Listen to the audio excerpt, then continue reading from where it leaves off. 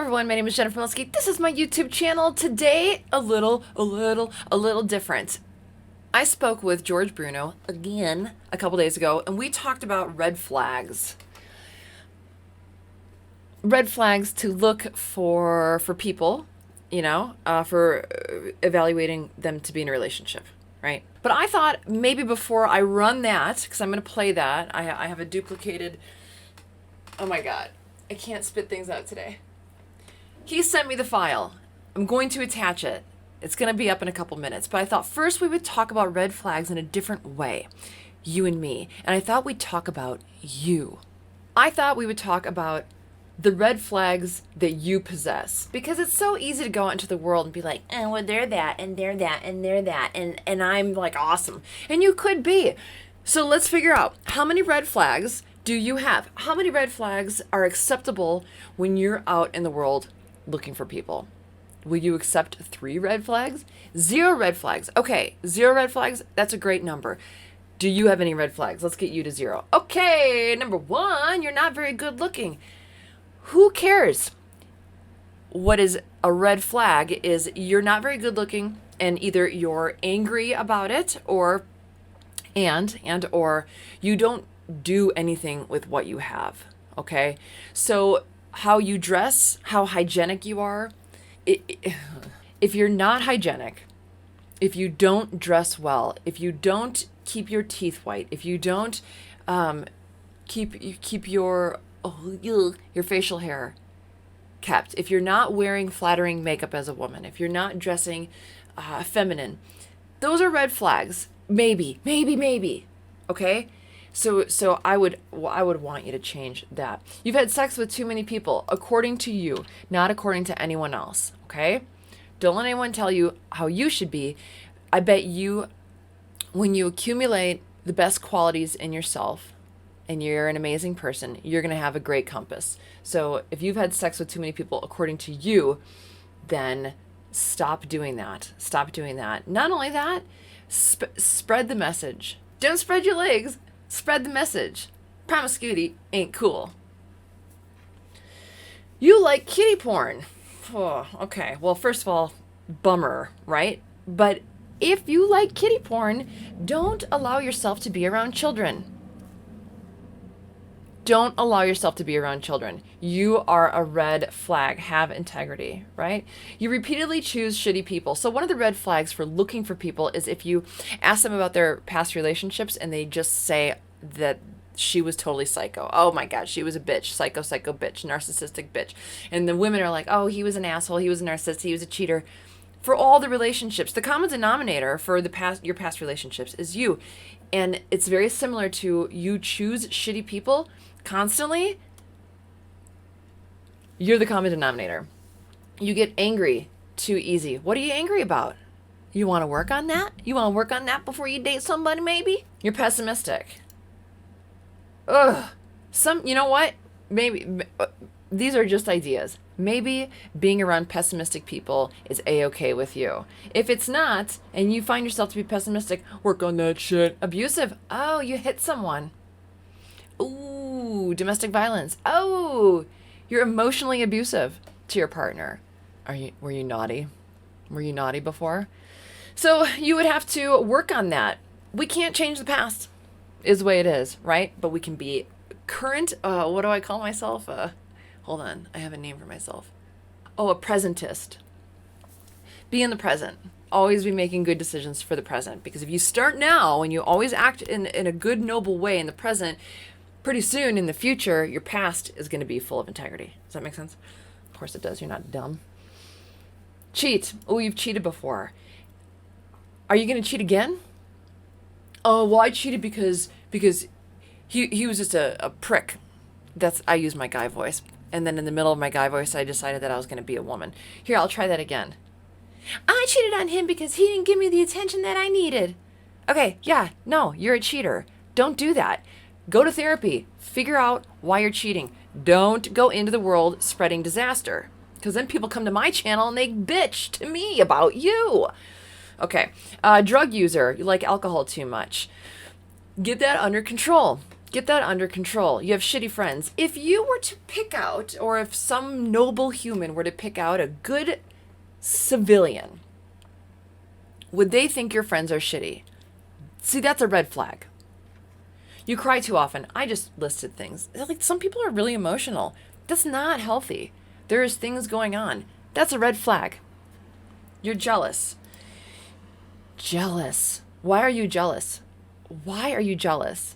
Because you think that you would be cheated on. Well, why? You've been cheated on before. Okay. You chose poorly. Get out of that cycle. Don't choose cheaters anymore. But anyway, don't be jealous. If you have to be jealous and be an asshole in order to have your partner stay in the house, you were molested, which is not cool. Also not your fault. But if you were molested and haven't dealt with it, that's a problem. That's a red flag. You were raped. Rape happens, right? Not a good thing. But if you haven't dealt with it, you are a red flag. You don't get the benefit of the doubt out in the world. Why not? Why not, boo? Why are you not giving the benefit of the doubt? No, because you're smart. Realistic. Got it. Okay. You don't love this shit out of yourself. If you don't love this shit out of yourself, you're going to be baffled when someone decides that they're going to love you. And with that baffling is going to be, you're going to be perplexed about it. And then you're going to start to wonder, why is this person with me? Why in the hell is this person with me? And then you're not going to trust them. And then you're not going to trust them. And then you're going to be jealous. And then they're not going to like your jealousy. So they're going to pull away. And then you're going to try to grab them more. Not good. That's a red flag. So the other thing I'd like to point out is red flags are brighter when they're current, right? So if you start now, I don't mind red flags at all. Really, actually at all. Well, child molester, for me, I wouldn't want that. But for all the other red flags, that doesn't really bother me so much if you've dealt with it. I think it is so sexy when someone has slayed their dragons.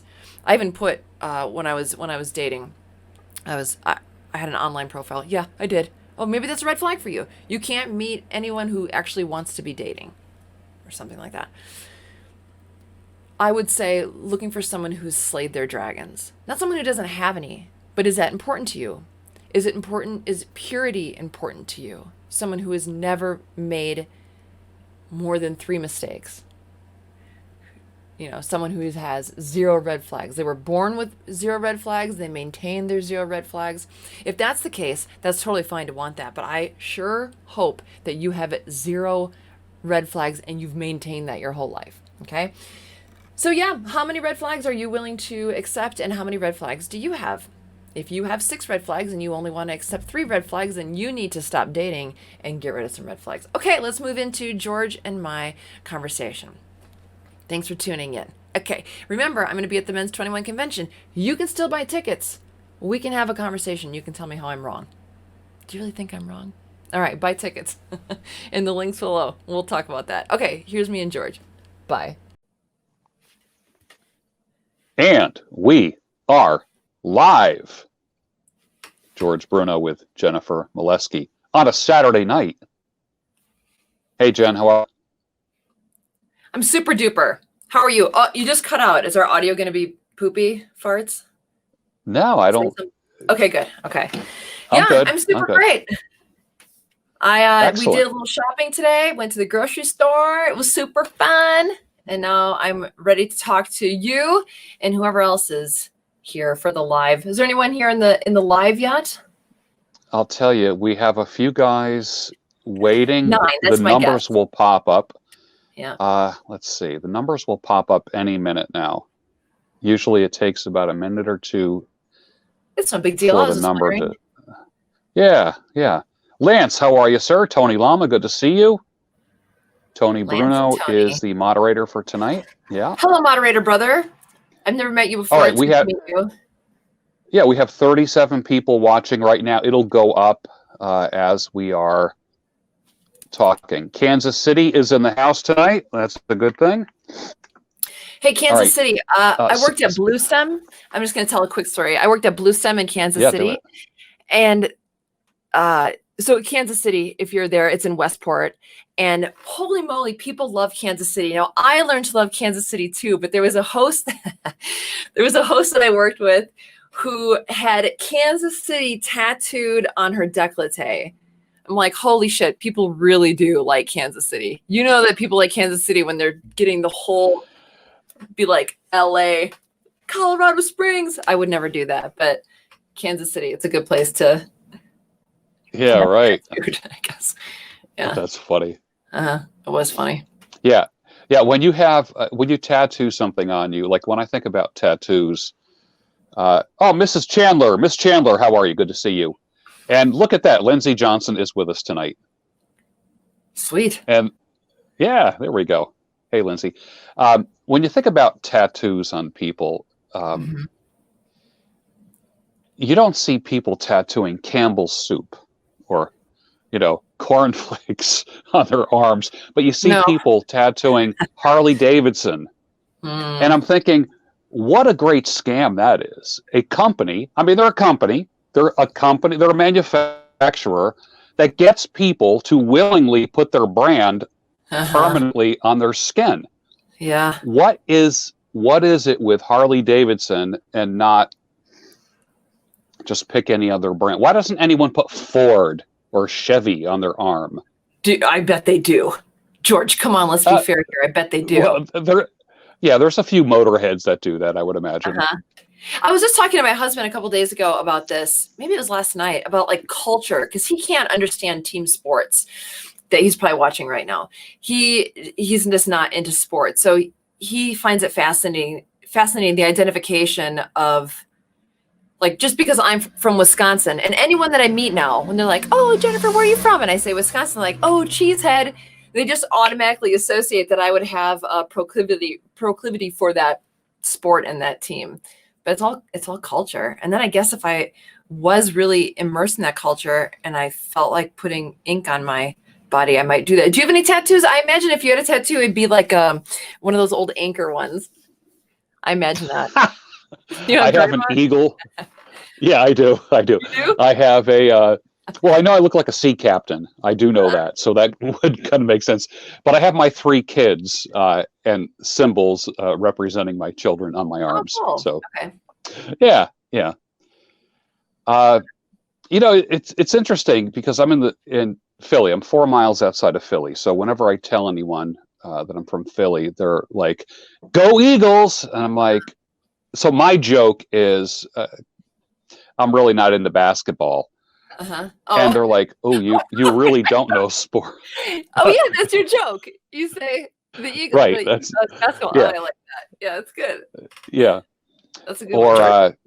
they'll say something like cheesesteaks, and I'm like, nah, heart attack.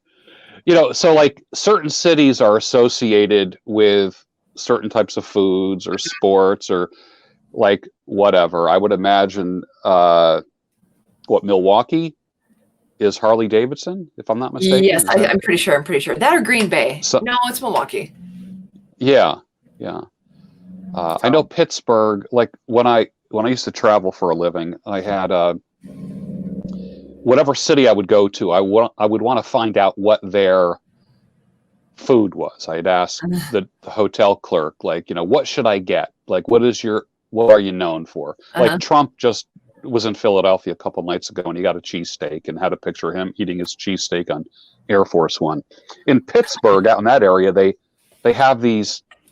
Someone said you have to get a strip sandwich. I'm like, a strip sandwich? Like, what the heck is a strip sandwich? It's, like if you get a sandwich and you get like a little side of French fries and a little side of like coleslaw.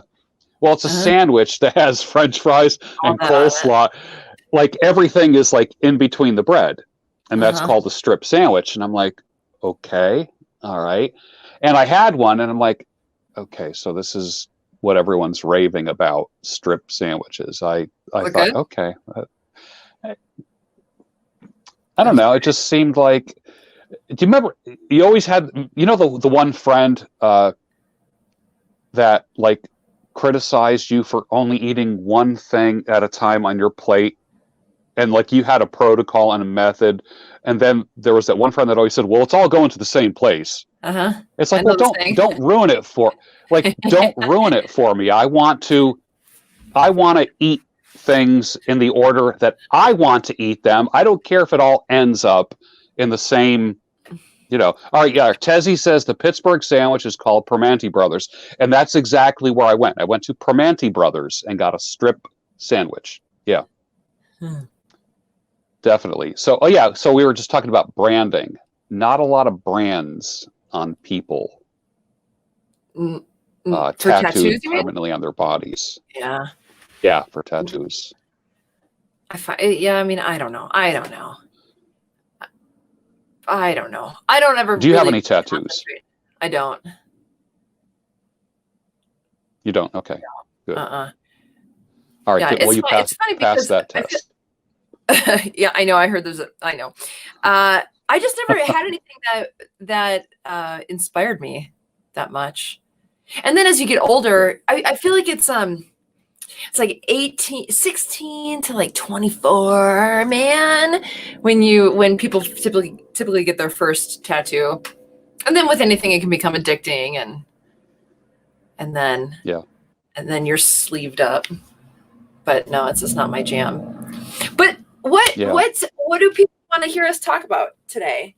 Do you think they want to hear us talk about tattoos? I don't think so.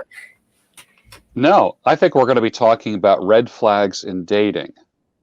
Okay. And I like the idea of, there's a lot of people that are single that watch me. There's a few married. There's a few married that are still dating, which they probably shouldn't be. Wait, like married and dating somebody else? Yeah. I get a lot of emails of, Really? I'm married. Yeah. I'm married and have 3 kids, but I'm seeing this girl on the side, and I have some, can you give me some advice? And I'm like, I'm probably not the guy you should be talking to about that. So I have a quick story. We'll talk about red flags, but I used to read palms under a tree in Manitou Springs, which is like a little hippie dippy town, probably 17 years ago. And I had a sign and it said free palm readings tips accepted. And I was actually pretty good at it. But this man came up with his daughter, and whenever I gave a child a palm reading, I would always identify what they wanted to do. And then I'd say, oh yeah, I can totally see in your future, like you're going to nail it, but you're going to have to work really hard, and it's going to be a toughie and blah, blah. So anyway, I'm done with her reading, and he sits down and I look at his palm and I said, your child has to go. And he said, no, she can stay here. I said, no, she has to go. So she walked away, and I said, so the heavyset blonde that you're cheating on your wife with at the office, that has to stop. And he pulled his hand away like it had been singed. And I said, no, it's okay, but that has to stop. Like, she is no good for you. This is a weird phase. Get out as soon as you can. Otherwise you're going to lose her, you're going to lose your kid, and you're going to lose your family. And he threw me $20 and he ran away. But it's a great story.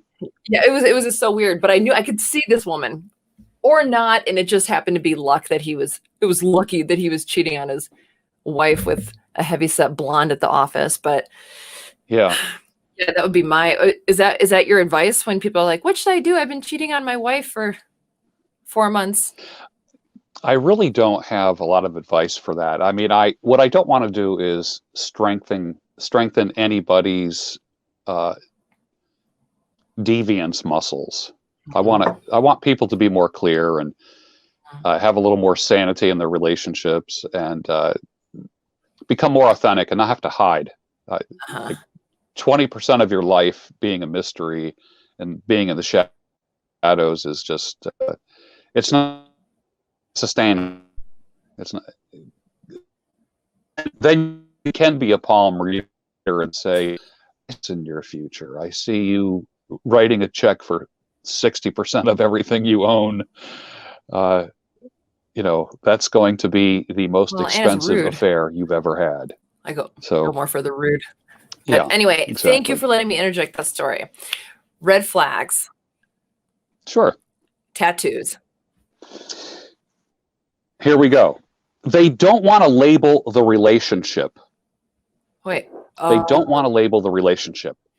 Like if you're dating someone and you call them girlfriend or boyfriend, and they're like, well, slow it down. I don't want to, like, we're not in any hurry for anything.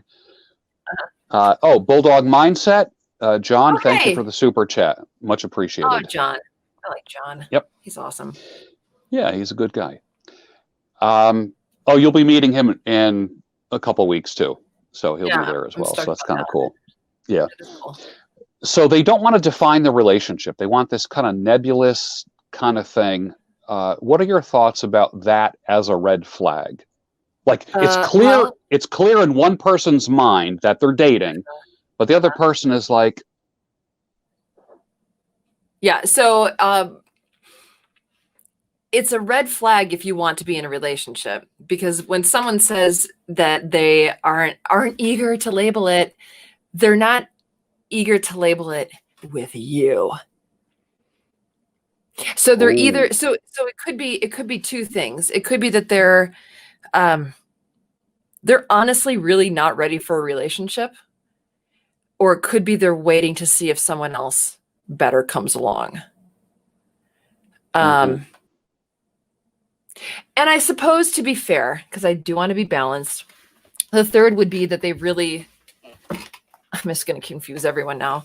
The third would be that they really actually want to be serious with someone, and they don't want to jump into saying boyfriend, girlfriend, whatever, if it's going to be a commitment. You know, like I've known people who, especially in their 20s, they'll go on a date with someone or two, and then it's their girlfriend or their boyfriend. Like, holy shit, that was fast. I mean, to say that I'm just going to date you, yeah. But I would say more often than not, it is that they're not interested in you. I think you can swing that pendulum, especially as a man, by calling that out for what it is, and reining it in and saying, so I'm trying to imagining how I would phrase it. But if I told a woman that I really liked her and I considered her my girlfriend, and she said, I'm not into labels, I guess I'd say, well, I'm not into not labeling, and I know I like you. So what do you want from me? Should I wait for you? Will I ever earn your label? Or is this always going to be like a floating buoy in a sea of not knowing? I don't know. I like it when men talk to me like, sister, I'm not taking your shit. Tell it like it is. And then, so I respect that. I'm assuming other women respect it too. What do you think? I think there's a category called It's Complicated, which wasn't around when I was growing up. I'm like, I never understood that. It's complicated. I grew up in a time where it was like, you're either on, you're off, and there's no in between. And then there's this, it's complicated, which means someone is still married. Ooh. You're still married. You don't want anyone else to know about it. You're dating a taboo person. You know, that's just an interesting category. It's complicated. That's kind of like that's kind of like the junk drawer, you know, in your desk. It's like there's not a place, like you have a place for everything in your office, and then there's the one drawer that is just the junk. You just put stuff in it. Yeah. And it's not tape, 3x5 cards. It's not floppy disks or flash drives. It's the junk drawer. And I think It's Complicated is the junk drawer of relationships.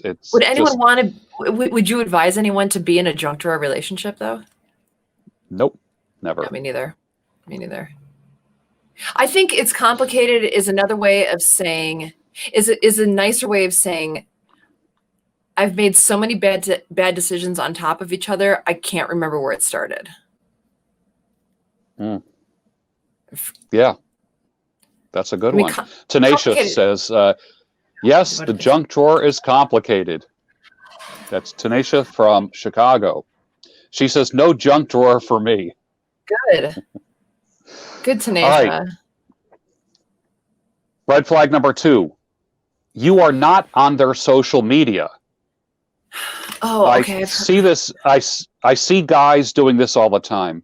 Happy birthday, or no, happy anniversary to my beautiful, wonderful wife. I don't know where I'd be without you. I'm like, okay, that's cool. And then, and they'll tag her. And I'm the guy that goes a step further and I check out her social media. Just another day, driving to work, car selfie, and I'm like, all right, who's really in charge of this? Who's loving the least in this relationship here? Well, And I'm finding that. Go ahead. Yeah. Well, no, I please finish. Please finish. There's always one person that just expects the other to do all the happy anniversary to my lovely spouse. I don't know where I'd be without you. I don't deserve you, and my life got better. And then like you look at the spouse's social media and there's zero mention of anniversary or ass kissing or whatever you want to call it. Mm-hmm. So, I'm gonna lay a challenge card out. That's two different things. Not being on their social media is different, I think, than not being an oversharer on social media. Like if you and I are dating and you sent me a request or something to like confirm that we're in a relationship and I just blew it off because I wanted my own separate life, is totally different than, okay, we're in a relationship and I'm just like, I love George. George and I did this. Oh my God, this bottle of wine I had with George was amazing. Because there's different personalities. And I think if you have two gushers, oh, it sounds so bad. It doesn't really work. You got it, huh? Yeah. I find it interesting when two social media people come together. Usually it's one is more social media'd up than the other when it comes to couples.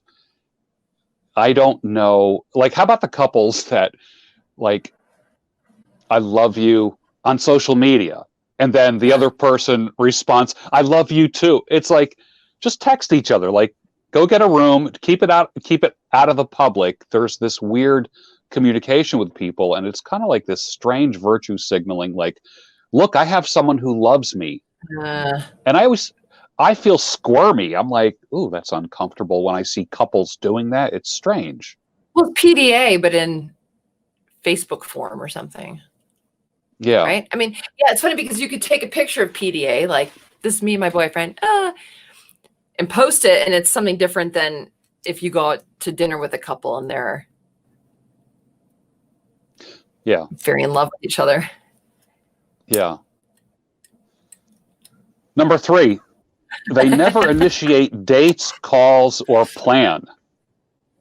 You are always the one doing all the planning, all the calling, and if you didn't call or you didn't plan, it would be nothing but crickets. Would you say that that is a red flag? Yeah. It's so interesting because I guess I want to define red flag because all these sound like someone that doesn't want to be with the other person. So is that the red flag, or is it that they're just a piece of shit person? Because they don't sound like a piece of shit. They just sound like they're not interested at all. So I think maybe we could rename this list how to know they're not into you versus red flags. What do you think about what I just said? That makes sense. I mean, a red flag to me is we keep escalating further, but there's clear or not so clear indications that if we continue, they're going to lie or cheat or steal or be a bad mom or not be nurturing, versus they don't even actually really want to be with me. And they're just kind of like bored in life or something. And that's like red flags are deal breakers, right? That's would that be another word for red flags, a deal breaker? Yeah.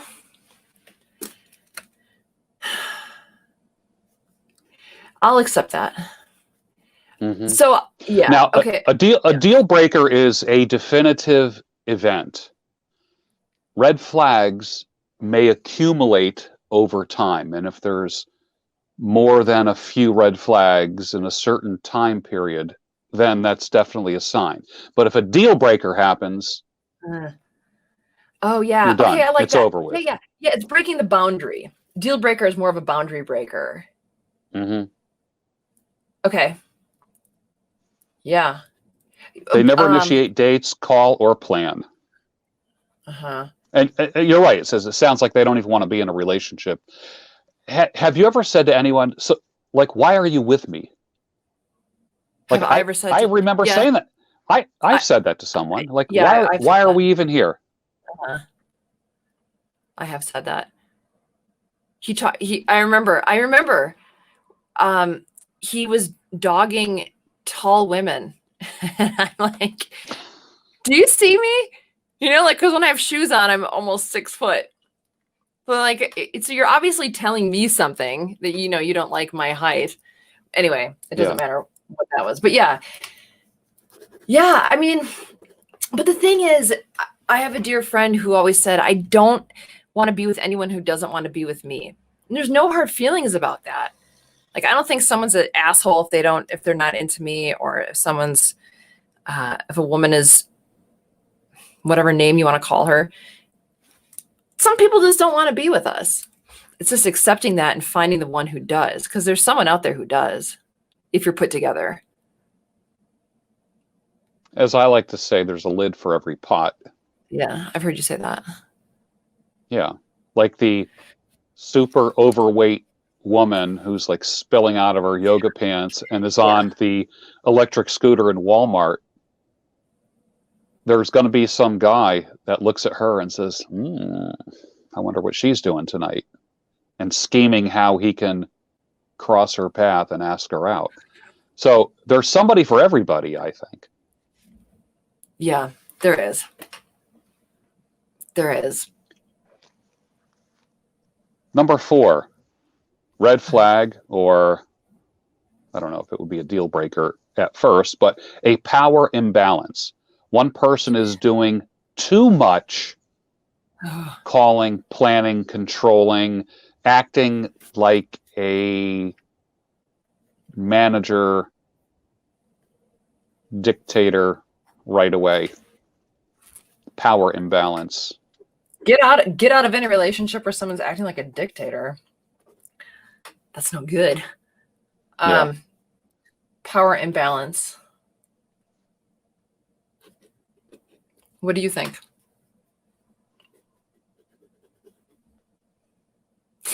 Okay, let me put it to you in a different way. I'm gonna challenge this too. Yeah. Mm-hmm. If we're thinking about feminine and masculine, because I've been thinking about this so much lately, the masculine is more they zone in on what they want, and the woman is more coy. Not all the time, everyone. Not all the time, but often. So would it be everyone is maintaining their rightful power sometimes by letting that game play out?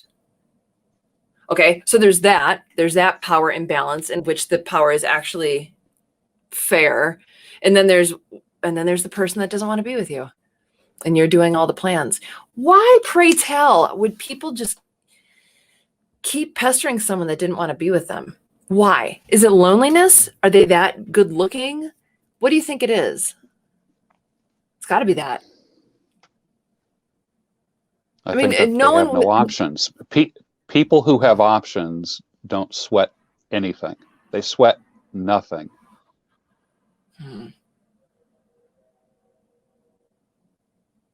For a guy who's spinning plates and has a bunch of options, he knows if plate number 1, and I hate to refer to people as plates, but if plate number 1 is not available, then he just texts number 2 or number 3.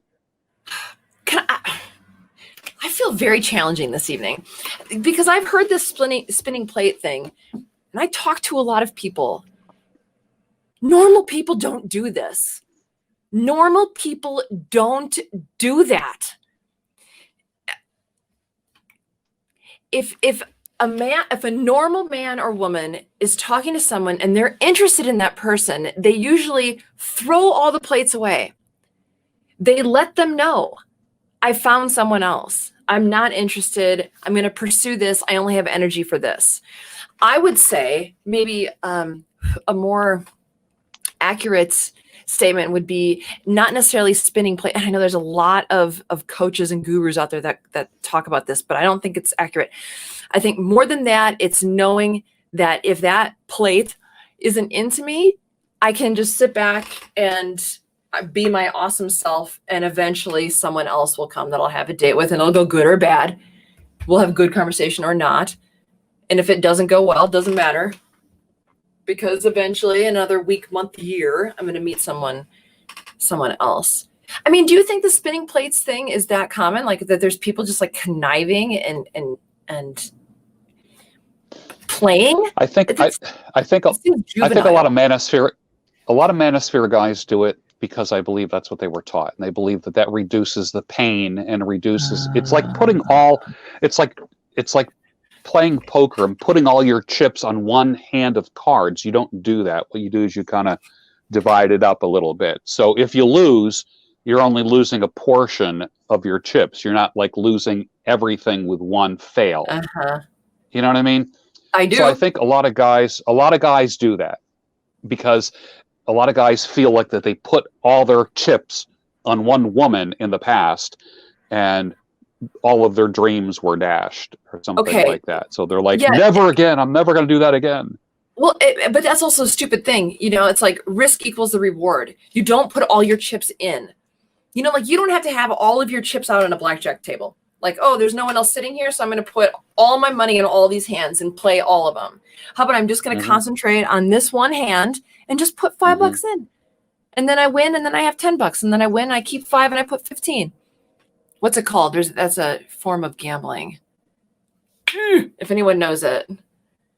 But it makes more sense. Like you're always going to win because you're going slow. What horrible advice. That would be fun to talk to a man that it's advises. Very popular. Yeah, it's very popular. There's little guys in the manosphere. I even saw a T-shirt that said, lift weights, eat steaks, spin plates. Yeah, and that seems like you might even see some of those T-shirts in a couple weeks in Orlando too. I think that sounds like really good advice for the guy who's 24 years old and has a Dodge Charger, you know, because he's still in that a Dodge Charger. Nothing against Dodge Chargers, but they're flashy, right? Yeah. I mean, that's a certain type of personality type. Yeah. So. All right. Number 5. Okay. They won't compromise. They won't compromise. What do you think about that? Do you think compromise is part of a healthy relationship? I would have to have that defined because I think everyone, to me, I think that some people, when they say compromise, it's like, oh, we'll each equally lose the same amount. Yeah. And I don't agree with that. And I actually don't really have a qualm with, okay, I have to term this right. I believe in compromising your compromises. So it's like, I get my way all the time, 50% of the time. And you get your way all the time, 50% of the time. You know what I mean? But you have to, so the question is someone who's totally unwilling to do that, who only wants their way. I don't know. Do you want to be on your knees your whole life, pleasing somebody and not being able to do anything that you want to do? If you have no other options and no other plates to spin, and you're not willing to spend time by yourself to accumulate the power to gain more, then that's great. Then fine. Be with the person that doesn't compromise. I think it's all up to the individual. Would you want to be with somebody that doesn't compromise? Are you easygoing? I'm very easygoing. I am not I will suggest. I'm not a dictator. I like suggesting things. For instance, I like certain restaurants that I will go to, Hmm. and I've always been complimented. I like the places that you take me to, George. I like those restaurants. I'm like, okay, so that's kind of like a confirmation that I'm making the right choices. I never had anyone say, why do we always have to go to that restaurant? Why can't we go somewhere I want to go to? Uh, That never happened because I try to keep the other person in mind. Like, what yes. would they Yeah. like? Yeah, and I talk about that in my videos. It's a man and woman together in a good relationship. The man's always trying to make them happy. So I don't feel like there would be that many reasons to kvetch. Because just like you said, you're trying to make both of you pleased, you know? So therefore you're making quality decisions. Am I being a total ding dong tonight? I feel a little spacey. No, I feel like I'm not no, okay. no. I'm keeping you reined in. That's okay. I have said in the past to my audience, especially the men, I've said, if you win an argument with your wife, what did you really win? Are you like, yeah, I won an argument, like score, like me 1, you 0, Yeah. like, are you an idiot because you're going to go to sleep with a corpse tonight and wake up with a very cold woman in the morning? Like, what did you really, really win if you win an argument? Like, why not work things out? Like, I remember 10 years ago, you said to each other, never go to bed angry. Okay, boy, that lasted about 6 months.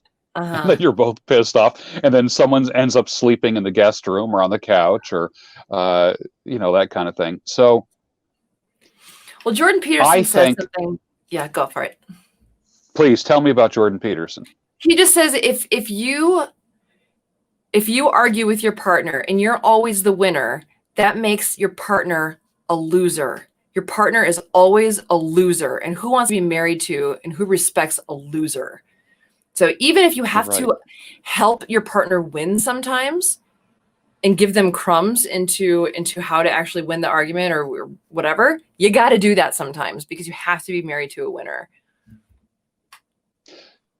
I love that. I heard that before, and I just think that is such brilliant advice. Tony Bruno says, he says it's okay to please, but not to appease. I like that. Appeasing just means giving in all the time to the other person. And pleasing, obviously, you can't always. Well, let me put it this way. What if both people aim to please? Yes, then right? Then it's win-win. Then it's win-win. I'll rub your shoulders if you make my tea. Mm-hmm. Something like that. And yeah. But you remove the if because it's just automatic. There's so much dance and movement being done within the relationship that doesn't have to be stated. I know she's going to make my tea. I know he's going to make the coffee. I know she's going to do this. I know he's going to do that. And you keep doing, working. It's not quid pro quo. You're not exchanging services. You are though, but it should be done with lust and desire, not with force or what is that? Tu quo qui? Yeah, like tit for tat, basically. Number 6, they only want to see you on weekdays. This is obviously for people that are dating, not for people who are married. You only want to see them on weekdays. What message does that give? Is this list for people in their 20s? It has to be. This cannot be for people beyond 28 years old. Oh, I just tweeted out in the past week, the only thing different between dating at 25 and dating at 60, which I'm going to be 60 in a month, is that the people have gray hair. That is it. Like, the game doesn't change. It's weird. Really? Yeah. It's really, it's weird. It's just odd. Nothing changes. They're just older. And it's irritating because your expectations are different. You think Yeah. as you get older that people would be more mature, but still there's a lot of chains getting yanked at by people in their 50s. And Yeah. No, you're right. You're right. You're right. Growing older doesn't necessarily mean maturing. So yeah, I mean, obviously it clearly means that they got plates, yo, on Saturday night. you're not one of them. But your weekday plate, that's pretty cool. You got five nights of spinning. Hey, Maybe I you're should be maybe you're like the thankful. main plate. Yeah. I should be thankful that you're seeing me on a Tuesday night. I mean, if we're gonna try to find the silver lining here, I guess. I don't know. We'll play all Right. angles. I'll be your Tanisha in Tuesday Chicago night gal. says, no Saturday night dates for me. That salon life. That is true because, yeah, you work all day in the salon, and the last thing you want to do is Go go out on out. a date on a Saturday night. Yeah, yeah. All right, number 7, checking their phone or texting constantly while they are with you. I think that's kind of a red flag. I remember dating a gal, and she was just more concerned with her phone than she was with me. And it was one of those like, hey, do you want to be with me or not? Because that's like Uh-huh. really irritating. And then it was like, well, my neighbor's taking the dog out for a walk. I had to call my neighbor to let the dog out because I came here straight from work. I'm like, okay, that just goes in the list of excuses. I've heard them all. Mm-hmm. No, I So if you're out with somebody and you say, you know what, I don't really love that you're on your phone. If you're going to be with me, cool. If not, cool. But make your choice. And then if they stay with you and they get on their phone, I would absolutely text them. I don't think this is going to work out. So they get that text right in front of you, and then they can look up. And this is yeah, and the how cool well. This would is it what be if they happens. looked up? Well, Yeah. how cool would it be if they looked up and you were gone? Oh yeah, that would be good. That would be the best. If anyone ever has had that happen, please email me and tell me the story. Yeah, some people. I've actually done that. I've been on a date, and I think I've called them. Like they're like right across from me, and I call them. Like, yo, Dick, I'm right here. Hello. And, then, and it's just so funny. But that's a way to get them back. And it usually it's business or something, but still. All right, number 8, Sure. constantly Yeah. bringing up their ex or demeaning their ex. Like I joke around and Oh. I say it's funny. Every woman I've ever dated has an abusive and narcissistic husband. I'm like, wow, like isn't that amazing? I have this amazing ability to just hone in on women who came from abusive and narcissistic husbands. Like what's going on with that? Like did Yeah, I'm with you. did every woman get together? Did all the women get together and say, we got to agree on this? We all came from abusive marriages with a narcissistic husband, because they all say that. I don't want to hear about past relationships. My brother Tony will say all the time, please, no past relationships. We're not talking about that tonight. Tony says he can confirm. Is Tony married? Tony's Or is not. Tony He's Tony a spinning? Is single he guy. spinning plates? Is he spinning Tony's plates? he's spinning plates. Yeah. Okay. Okay. So, wait. What was the last one? You just told us the story. Wait, the last. About how like Oh, everybody okay. talks You know crap about their former spouse. Yeah, and I would say that's everyone. So I just did this thing where I offered to chat with people for 1 hour for free if I could help them in any way. And most of the people that were going through a divorce or had divorced, I heard the word narcissistic more than I've ever heard it in my life. Yeah, I'm with you basically on what you're saying. Like, okay, so every man that you choose or every woman you choose is a narcissist, and you got the hots for me. So either I need to go home and like journal and see my therapist for a while before I go back out in the dating field, or no matter what I do, you're going to see me like that if we don't work out. Run. Bingo. Run. You nailed it. Yeah, that's what I think. I think like, okay, it's just a matter of time before you start calling me the narcissist. If, Yes. if all you date is narcissists and losers, hey, why break that streak? I'll just fit right in there. Yeah. I would say that's like the biggest red flag, deal breaker, whatever you want to call it. Like how are your exes been? And if they're like, oh no, my exes were great. Because some people will say that. My exes are actually awesome people. It just didn't work out. I don't want to go on another date with you. Yeah. Out of all of them so far. I mean, they're all all the red flags are kind of poopy flags, but that one's the ickiest, I think. My opinion. Poopy flags. All right. An imbalance in sex drive. Is that a red flag or a deal breaker? Oh, deal breaker. That's lifestyle, I think. I don't think that's a red flag. Some men only like to have sex once, or I know that no one's going to believe it. No way. But some men have lower sex drives. They're not a liability. In fact, they're like a green flag for a woman that has a low sex drive. But yeah, mismatched would definitely be. Again, it's like, do you want to bend your knee to someone who's never going to be happy for the rest of your life? By all means, go for it. Do you want to constantly be wanting more or less sex in your partner? Fine, by all means, go for it. It's what's a priority to you. Or something like that. How soon is too soon to figure out if your sex drives are compatible or not? What do you think? Oh, you could talk about it on the first date, but actually don't listen to my advice on that because I'm very bold.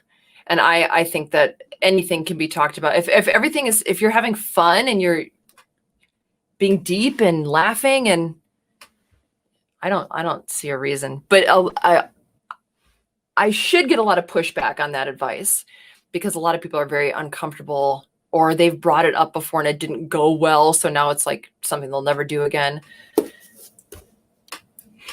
Speaking about it is different than acting on it. You know what I like to do on first dates, or I used to, if my husband's watching. I don't have first dates anymore. I was just going to say. But what I used to do is like I would come up with. So at the end of the date, I would say, okay, I'm going to ask you questions on a 0 to 10, and you have to say the number on the count of 3. So like, how well do you think this date went on a scale of 0 to 10? 1, 2, 3. And then we both say a number. And whatever the questions is, but it makes people have to be honest because they can't try to, oh, you like to have a lot of sex? Me too. It's on a scale of 0 to 10. Like, how high would you say your libido is? On the count of 3. 1, 2, 3, 7. That's just a weird little dating technique, but it works for honesty if that's what you're going for. I like that technique. I think that's pretty cool. I remember marriage counselor Gary Smalley would have sessions with a husband and wife that come in for marriage enrichment counseling, whatever that means. And he would see them individually. He would say on a scale of 1 to 10 to the woman, on a scale of 1 to 10, will you rate your marriage? And she would say a 6. He'd see the guy next week alone and say, on a scale of 1 to 10, rate your marriage. He's like, oh, definitely like an 8.5 to a 9. And he said that it was true across the board in like his 30 years of marriage counseling, that the guy always evaluated the marriage a little bit higher than the woman.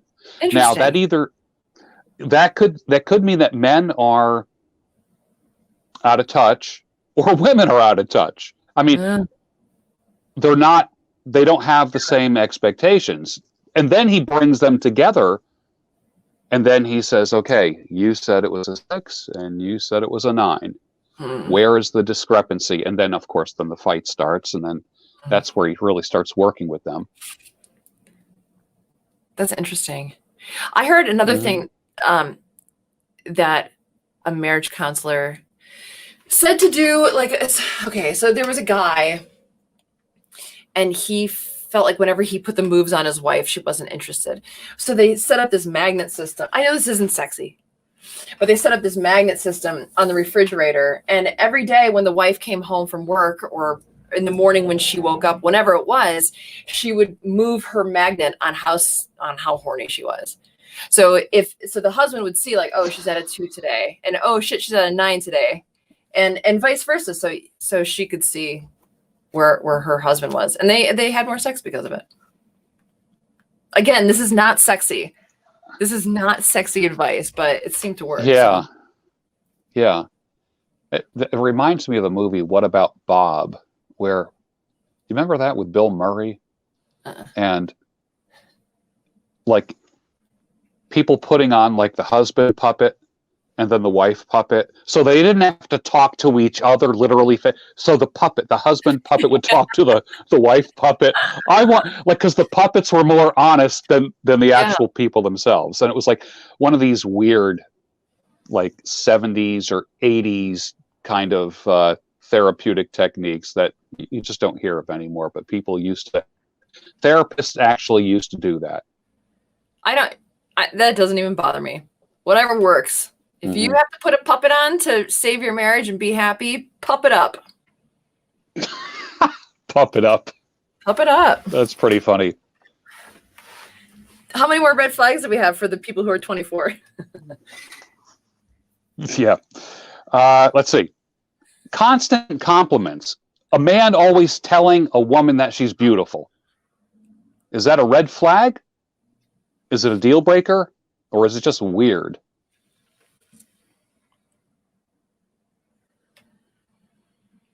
Your turn. You start. I think it shows thirst, excessive thirst. And the man is trying to earn something. He's trying to purchase something with compliments. He is the opposite of stoic. He's just, it's verbal diarrhea. He can't keep his mouth shut. And he's blowing the mystique of the strong man. That's what I think. Is it better to have a man where you say to him, tell me what you're thinking, you never talk, I never know what you're thinking? Or do you want a guy that's just always blah, blah, blah? I guess I'm thinking of it, and I'll just be honest, like my husband thinks I'm pretty, and he tells me that, and I tell him how handsome he is and how in love I am with him a lot. Okay, so one of our languages of love is words of affirmation. We just blab. So I'm kind of thinking of that, and I like that. I like to be able to tell him and hear it from him.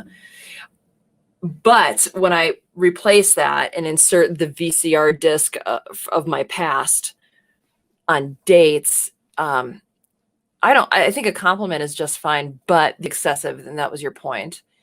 Yeah, it's the words of honey become a little sickly if spewed too much. My opinion. They mean nothing if they're excessive. It just. You know what else is kind of annoying is oh wait, we're not here for that. Yeah, that's my final answer. Okay. Okay. Good answer. All right. Next one. They put a wedge in between you and your family or you and your friends. Is that a red flag or is it a deal breaker? I think the healthiest relationships keep each other away from every other human. I'm just kidding. No, of course you want to integrate and watch the other person prosper. Then they can have a prosperous character and personality and an abundance of love from other people to be that amazing person in your presence. I think that's one of the destructive things about relationships is people have gotten away from community so much that instead of having a mentor and a knitting group or the guys to shoot with or the drinking buddies or all the things, now we have the one person, and they're supposed to deliver and be soft and stoic and strong and asshole and primitive and godly and of course a human being is multifaceted, but we have to even encourage our partners to be out in the world without us gaining strength and wisdom for themselves and the relationship. My opinion. I agree. I agree with you there. I'm not into the Handmaid's Tale. You know, this keeping your wife, you know, dressed with clothing up to here, a bonnet, and, you know, keeping her away from the world, the influences of the world. Yeah. Some boys take a beautiful girl and hide them away from the rest of the world. That's Cyndi Lauper. She knew what was up back in the 80s. Those were great lyrics. They were great lyrics. They really were.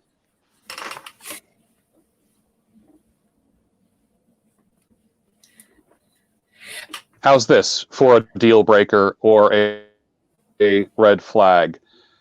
They are mean or cruel to their parents. Oh, or mean or cruel to the waitress, or mean or cruel to the checkout counter, or mean or cruel to the gas attendant. Anytime you see your partner being mean or cruel, that's a part of them. Oh, there you went away for a second. There we are. Yeah. Did you hear what I said? I didn't. Okay. I said, yeah, watch out for cruelty. It's not. It's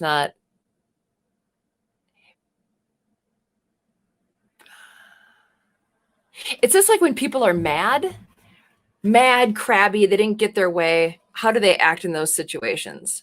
Because they're going to act it with you. So the parents thing is fine, but I just say watch out for watch them in all circumstances. Well, it's one of the sayings in the men's community and in the normal human being development community, like actions, not words. Right. Believe what they do, not what they say.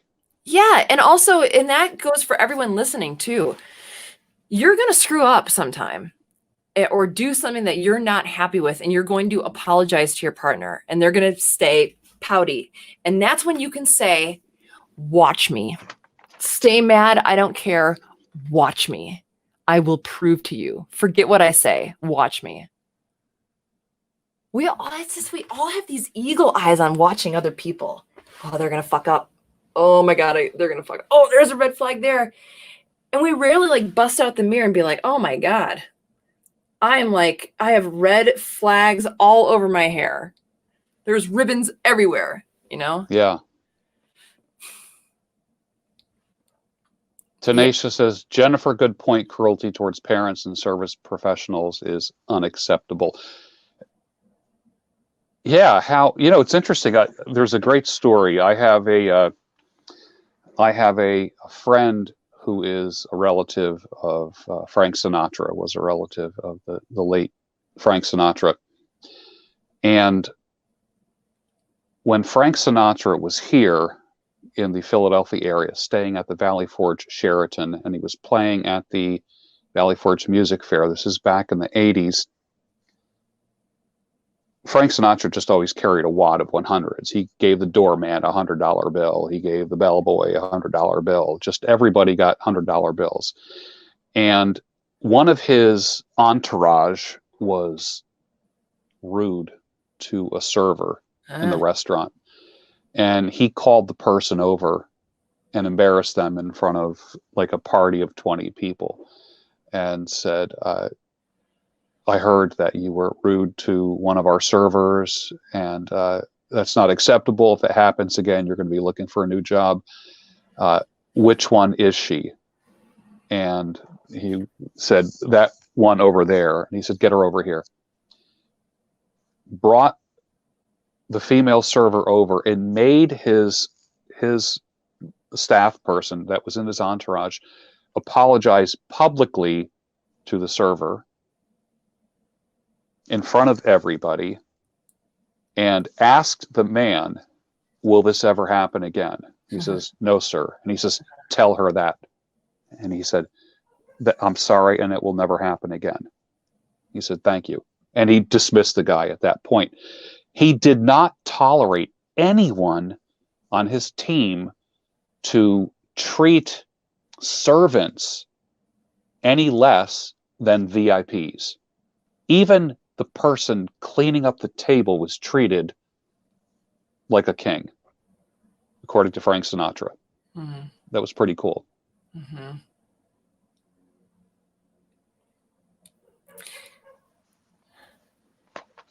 I am all about treating people kind. As I just said, watch your partner and watch how they treat people. We can tilt this into kind of a different kind of conversation. I've been a waitress for 17 years, and I'm good. I'm really good at what I do. But every couple months, I drop the ball, and it's always on one lucky table. It's not evenly distributed throughout my tables. It's one table. I'll forget an appetizer, or they have to pour their own wine, or not, or and you know, and they'll still tip me 20%, and I hate that. I hate that. Okay, that's part one to my little gripe. Part two, it seems like everyone is so afraid to demand great service that it's hard to find great service. And then if you complain about it, or if you don't love your server, then you potentially turn into a red flag. But I don't like that. I don't like that at all. Being in the service industry, it is my job to earn your freely flowing money. It is my job to make you happy. It is not any of your jobs to pour your wine, to make yourself in a good mood. No, not when you're in my section. That's my job. So that's my little rant. Was it cohesive? Do you understand what I'm saying? I do. Knowing that you have been in the service industry for a long time, I totally get that, because one of the things that I do in the haircutting world is I'm in the service industry, and I go the extra mile with everybody. I remember you in one of our talks, maybe it was the last big talk we had, where you want other servers, people to say, ooh, we want her. Yeah. We want her. Like, you're so good that the people who aren't in your section are bummed. Want you. Yeah. They're bummed. Exactly. Yeah. Yeah, that's what I want for everyone, because everyone who's in the comment section, everyone who's going to watch this and hate us, are people who are not treated well. So if I can get one of these assholes who's going to complain about us, is pissed off at the world, if I can get him in my section and make him feel loved and happy for an hour and a half, it will change something in his mind. Yeah. You know, like I made a video and then I didn't put it out, but it was about divorce. And I said in the video that I didn't put out, women, be fair in divorces. Even if you can take a ton, don't do it. You know, like, be noble, because I'm sick of your ex-husbands bitching to me about it, you know? So if we can all do the best we can to demand of each other that we're civil and kind and elevate each other to be better, and to look in the mirror for the red flags instead of like, you had a red flag, then I think we can make an impact slowly. I like that. Well, time is up. 1 hour just flew by. We talked about red flags, deal breakers, and everything in between. Anything that you want the audience to know tonight, Jennifer? Where can they find you? You know, I have a YouTube channel. It's called Jennifer Moleski. And you can come hang out and you can critique me. And maybe I can help you to be a little happier, a little more hopeful. Or maybe you're mad at your ex-wife and you need to yell at me. All right. But that's where you can find me. Also, I'm going to the men's convention in Orlando, Florida at the end of this month. So 2021 convention. Yep. Yeah, you should come hang out. Or not, it's up to you, but consider it. I think it's going to be I'm pumped about it. Yeah. You're going to be there. I am. And I'll be interviewing you in my studio there as well. So I will be on 3 different stages and in my studio. Everyone who speaks and does anything there will end up in my studio. So you and I are going to be doing this live, like what we're doing right now. Yeah, because I'm there on a press pass to interview people. So the people that are interviewing people will also be interviewing people. So yes, you will be chatting with me, and I look forward to it. That'll be fun. That'll be fun. Well, thank you for giving me a piece of your Saturday night. Yes, of course. I thought you were going to say mine because I spoke a lot. Your mind and your Saturday night. It Absolutely. was the perfect length, and it looks like the audience loved it. And until we do it again, thank you, Jennifer, and I'll see you in a couple weeks in Orlando. Okay, that sounds good. Be well, everyone. Thank you. Adios. Bye.